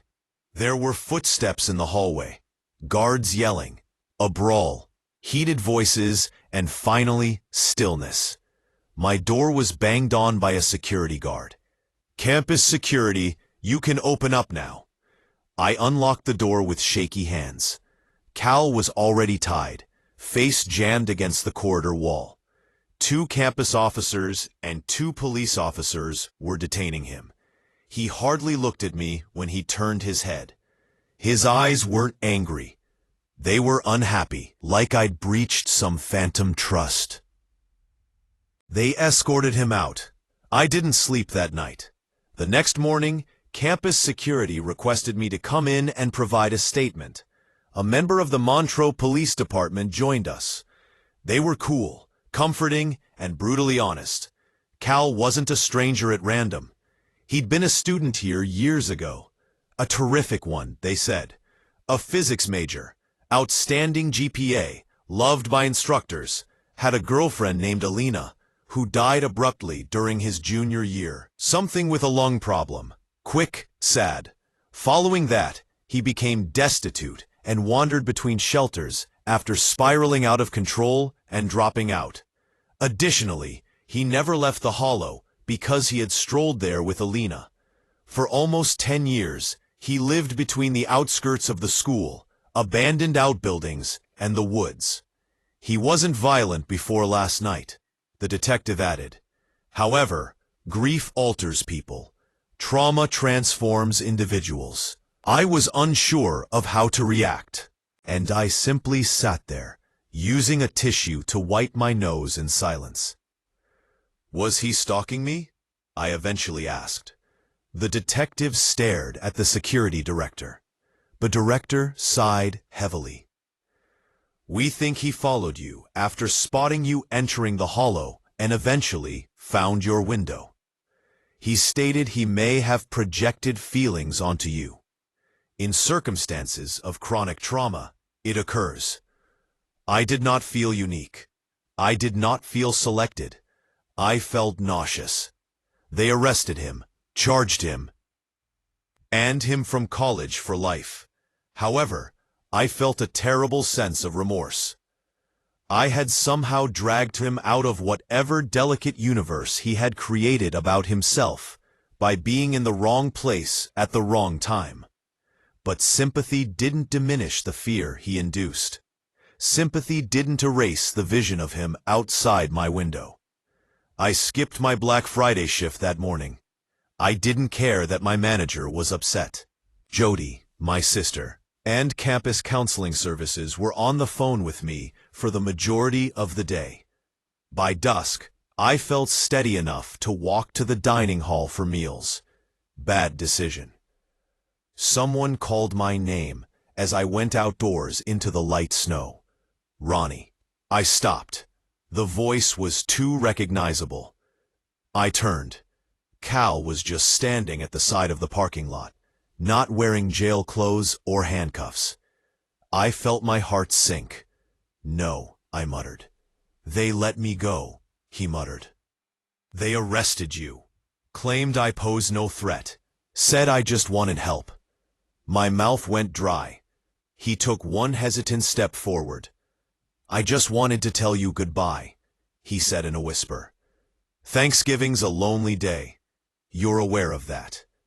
I wasn't trying to terrify you, I promise it. I said, backing up, stay where you are. His eyes grew softer. You don't gotta be terrified of me. I said, I am afraid of you. You followed me. You peered in my window. You tried to open my door. He flinched just slightly. I wasn't thinking straight, he said. I thought you looked like someone I lost. My chest tightened. Please, I pleaded, please leave me alone. He appeared genuinely hurt for the first time. I ain't got nobody left, he murmured. Didn't mean no damage. I simply didn't want to spend that kind of night alone. Snow slid between us. The parking lot lights flickered.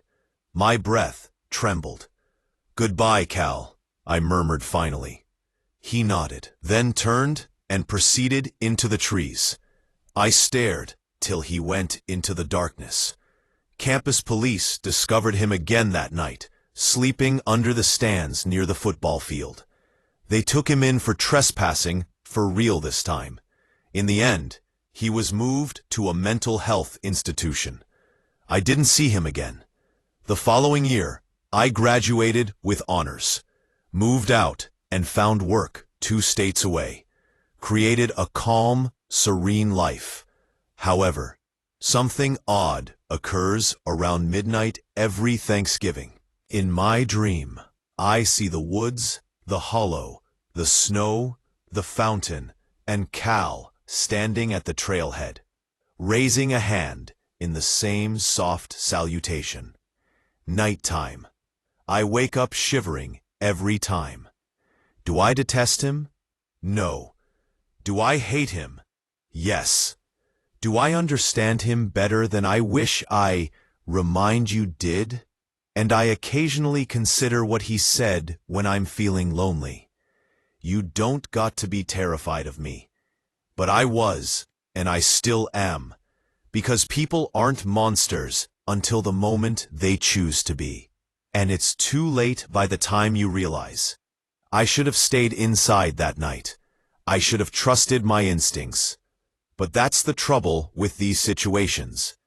It's only when you look back on it from the other side that you realize which decision was risky. I never loved Black Friday, but that year I didn't really have an option. I had just gone back to Harbor Ridge, a mid-sized town in northern Illinois, after dropping out of my grad school in Milwaukee. The relocation was unplanned. That year, nothing in my life was planned. I needed to be closer to home because my mom had fallen ill. So everything, my work, my flat, My classes had been boxed up and shoved into a U-Haul in the middle of October. There wasn't much money. When November arrived, my younger sister Riley asked if I could assist with purchasing Christmas presents for her children. Although I wasn't sure how I would do it, I agreed, and she informed me about Black Friday sales. "You don't even have to wait till morning," she replied. "Around 9 p.m., the stores here open. Just go grab a couple things. Kids' things sells out rapidly." I figured a few cheap toys were achievable, and that was how I found myself sitting in my car on Thanksgiving night, parked in the lot of the Hilford Plaza with a half-finished petrol station coffee cooling in the cup holder, and the radio quietly mumbling a late-night talk show I wasn't actually listening to. I checked the time, 9:46 p.m. Already, the parking lot was a flurry of horns and headlights. The frozen tarmac reflected the red brake lights' glare. Groups of people ran towards the stores, dressed up in sweatshirts, puffy jackets, beanies, everybody bracing against the cold November wind. I took a breath, grabbed my phone, and texted my sister, "I'm going in. If I die, tell the kids I love them." "Riley, stop talking, Lowell. Get the Paw Patrol set if it's there." I put my phone in my coat pocket, laughed quietly, and went outside into the chill. The first stop was Target. The heat inside was like a wall to me. With carts rumbling, children sobbing, and staff shouting things like "one per customer" close to the electronic area, people were moving in all directions. The air felt electric, tense, like everyone was 2 seconds away from fighting over a toaster. I kept reminding myself, get gifts, get out. As I maneuvered past the crowd, I observed a guy standing near the seasonal aisle. He stood out immediately. Not because he was doing anything weird, but because he was noticeable. Tall, probably 6 feet 3 inches, maybe taller, wearing a faded camouflage jacket and an old Detroit Tigers baseball cap pulled low. Rust-colored beard, messy like he hadn't trimmed it in a while, hands tucked in his pockets, just watching people rush past. His eyes glanced towards me for half a second before moving away. I didn't think much of it. I took some toys and gifts for Riley's children. After playing a few board games, I joined the checkout queue that encircled the frozen food area. I didn't leave the store for about 40 minutes. When I stepped into the parking lot again, the wind hit me in the face. I ran to my car, placed the bags into the back seat, and proceeded to the next store. Walmart. Walmart was a nightmare. I suppose half the county was in there. People shoved past each other. Employees looked like they'd already done 3 shifts, and the intercom kept booming. "Please be patient with our personnel every 10 minutes. While grabbing painting supplies for my nieces, I noticed him again. The same guy, Detroit Tigers hat, camouflage jacket, rusting beard. This time he was standing at the end of the aisle like he was waiting for someone. His gaze darted back to me. Then he swiftly averted his gaze as if he hadn't been staring at all. It was a coincidence, I told myself. Small town, much of overlap in shopping patterns. Totally typical. But a little part of me constricted, just a little coil in the intestines. After checking out of Walmart, I went to the final store on my list, Best Buy. Best Buy felt different the instant I went in. Quieter. Not calm. On Black Friday, nothing is peaceful, but it is quieter. Like individuals were more concentrated. I made my way to the electronics section. Meandering between displays of headphones and heaps of video game cases. Maybe 5 minutes later, I saw him once more. This time, I froze. He wasn't only present. He was gazing. Not like a look, not like a coincidence. From the opposite end of the aisle, He was staring at me, motionless, his hands in his pockets, his head slightly dipped beneath the cap, and as I caught his eyes, he quickly averted his gaze once more. A frigid feeling raced through me. All right, that isn't random at all. I pretended to browse as I turned into another aisle. My heart thudded in my chest. I went to the mostly empty, quiet appliance aisle and pretended to check out a dishwasher. Within a minute, I heard footfall, slow, heavy. I didn't turn, but I felt him. He came around the end of the aisle and stood maybe 15 feet away, facing the refrigerators, pretending to look at the refrigerators. One of them has a spec sticker. He seemed to be listening, as his head cocked slightly. My breathing became labored. I stepped towards the opposite entrance of the aisle. He moved too, not right behind me, but near enough. I forced myself not to look behind me as I made my way to the checkout after grabbing the final item I needed, a pair of headphones. I made my payment and moved quickly and deliberately in the direction of the exit. I was relieved by the cool air when I went outside. My vehicle was parked way back in the lot. I walked rapidly, my keys already between my fingers. Halfway to the car, I peered behind me. He had just walked out of Best Buy, and when he noticed me gaze back, he didn't bother to hide it. He moved his head aside, like pretending he wasn't seeing me depart. My heart hammered. I sped up, got into my car, locked the doors, and pulled out. But the panic only hit harder when I approached the exit to the main road. A truck pulled out close behind me, an older model. I could see the baseball cap through the windscreen in the rearview mirror, and silver rust around the wheel wells. Holy shit, I murmured. I grabbed my phone and contacted my mom. She answered on the second ring. Hey, youngster, you okay? Someone's following me, I muttered in a trembling voice. A guy? He has visited each of the 3 shops. He's behind me right now in a pickup. What? Are you sure? Yes. My voice cracked. Mom, he's close. He's tailgating me. I heard rustling on her end. Hold on. I'm putting you on speaker. My dad's voice then erupted over the phone. Listen to me. Don't return home. Head off Lakeview in the direction of the former service road. I've already reached for the keys. You, Dad, don't do what I said. Proceed. I took a deep breath and turned. The truck made it too. Now it's closer. So close I could see the rust flakes on his hood bouncing in my headlights. The service road was dark. No dwellings, no traffic, no businesses. Just a forest preserve on one side and a defunct factory on the other. My hands felt sticky on the steering wheel. Dad, where are you? I muttered.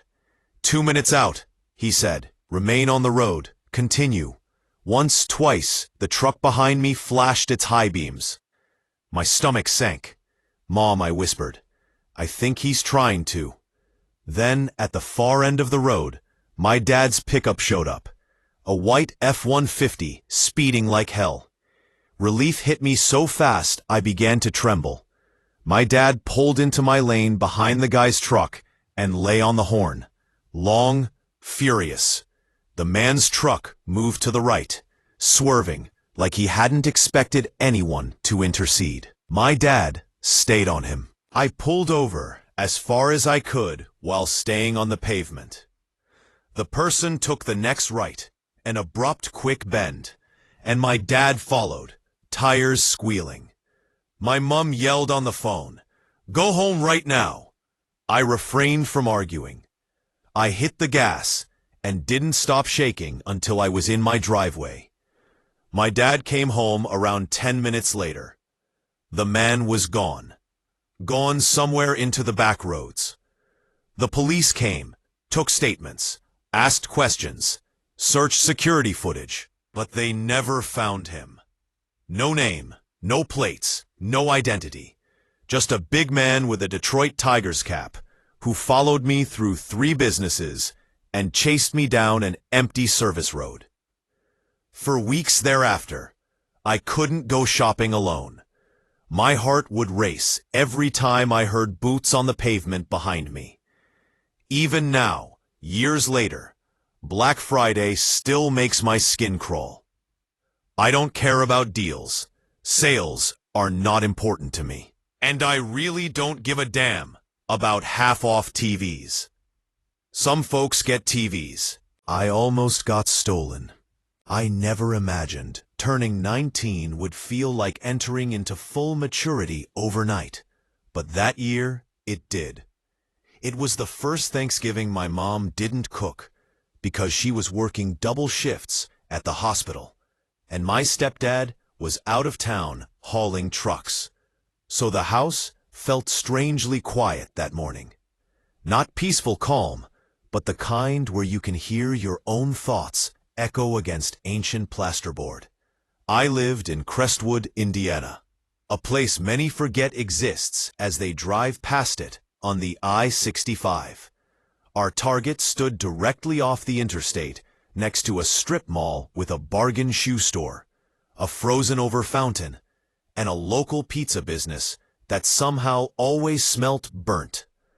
For around 7 months, I had been employed at Target, primarily on the sales floor and occasionally as a cashier when they needed bodies.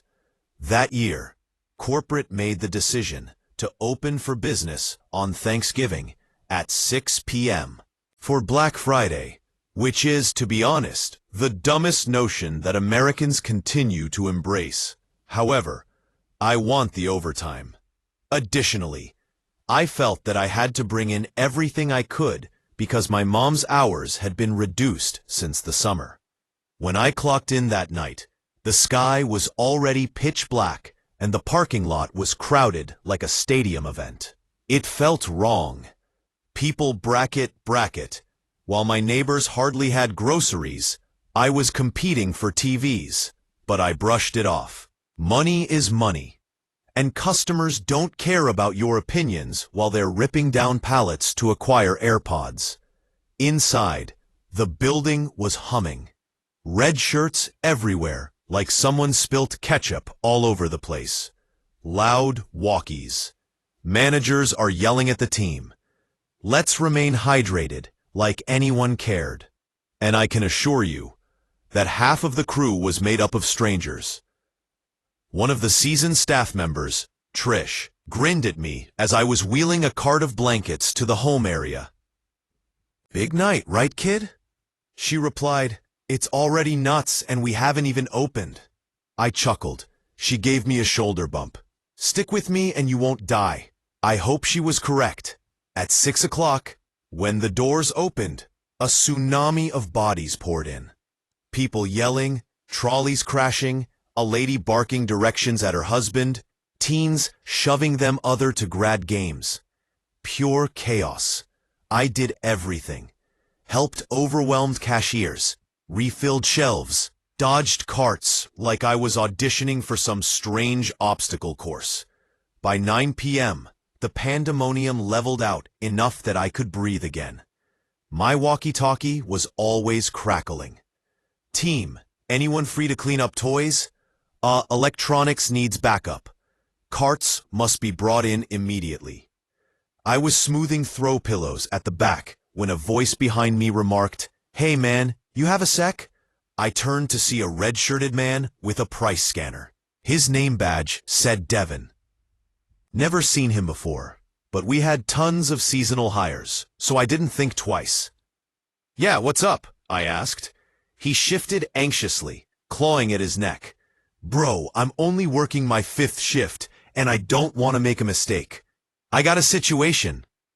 Didn't want to worry the managers. I said, "What kind of situation?"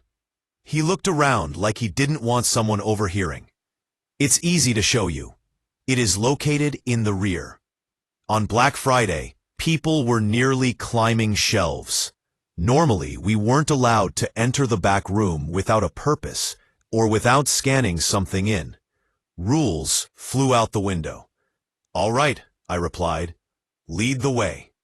We strolled through the aisle, past a throng of customers squabbling over a microwave, then through the metal door, into the back. The difference hit me instantly. Quiet, cold, fluorescent lights, humming like an old fridge. I followed Devon past pallets of toys, cartons of TVs, undisturbed winter clothes.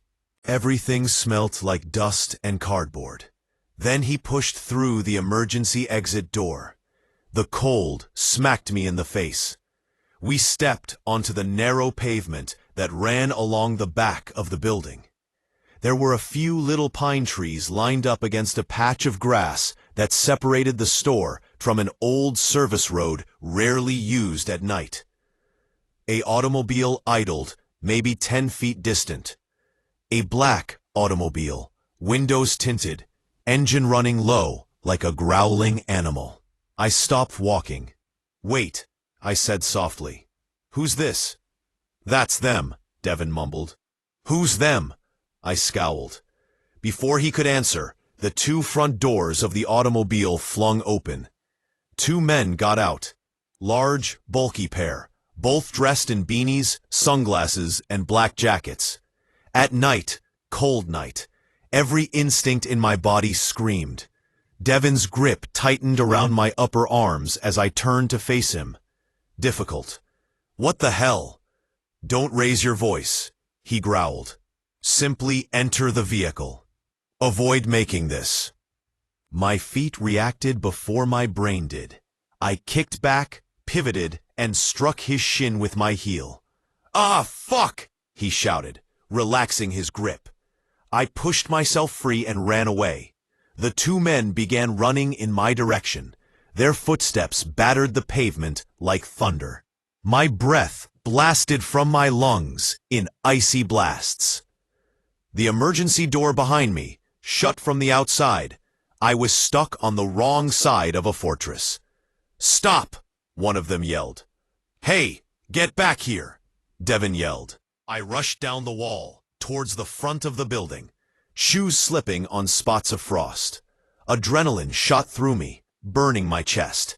Their footsteps got louder, closer, closing the distance. I cut rapidly across the grass, springing onto the service road. A car from the main parking lot turned towards the side door, headlights sweeping across us. That light might have saved my life. I ran straight into its path. The automobile honked. The men chasing me halted quickly. Couldn't grasp me with someone looking. I ran to the driver's side and smacked the window. "Call the cops," I yelled. "Please call." The driver's lips dropped. He struggled to find his phone. After freezing, the men turned and jogged in the direction of the sedan. Devon limped behind them, not daring to look at me. They climbed in. Doors slammed. The vehicle pulled off, tires spraying gravel. The driver rolled down his window. "Dude, what the hell happened?" Please call the cops," I muttered, scarcely able to breathe. They tried to drag me into that car." He called right away. I didn't hold off. I almost passed out at the greeter's podium as I dashed back inside through the guest entrance. My hands were shaking so fiercely, I struggled to hold the walkie when the manager demanded to know what occurred. The video was viewed by security. Devon did not appear in the employee logs. There was no badge number for him. His clothing wasn't the correct shade of red. It was somewhat off, not enough to draw customers' attention, so they may blend in with the throng. Police arrived, took my statement, pulled footage, and searched the area. However, the sedan has vanished. No plates caught, no faces shown, no database hits. "Do you know if he's been watching you, following you?" inquired one police officer. I didn't know, and that worried me. The store shut down the rear exits for weeks. Corporate issued some email about heightened seasonal safety measures. However, the fact that someone had staged an abduction using the turmoil of Black Friday caught everyone off guard. For 2 months, I couldn't walk to my car alone after a shift. I kept repeating that scene, with Devin's hands on my arms. The men were getting out of the automobile, and I could hear footsteps getting closer to me. All I could think was I came within seconds of disappearing. People usually fight about Black Friday deals, capitalism, lines, crowds, but nobody talks about how it creates the perfect cover for predators. Nobody would have noticed one missing employee, not in the midst of such insanity, not until closing hour. I wouldn't have been in the vicinity of Crestwood at that time, not alive.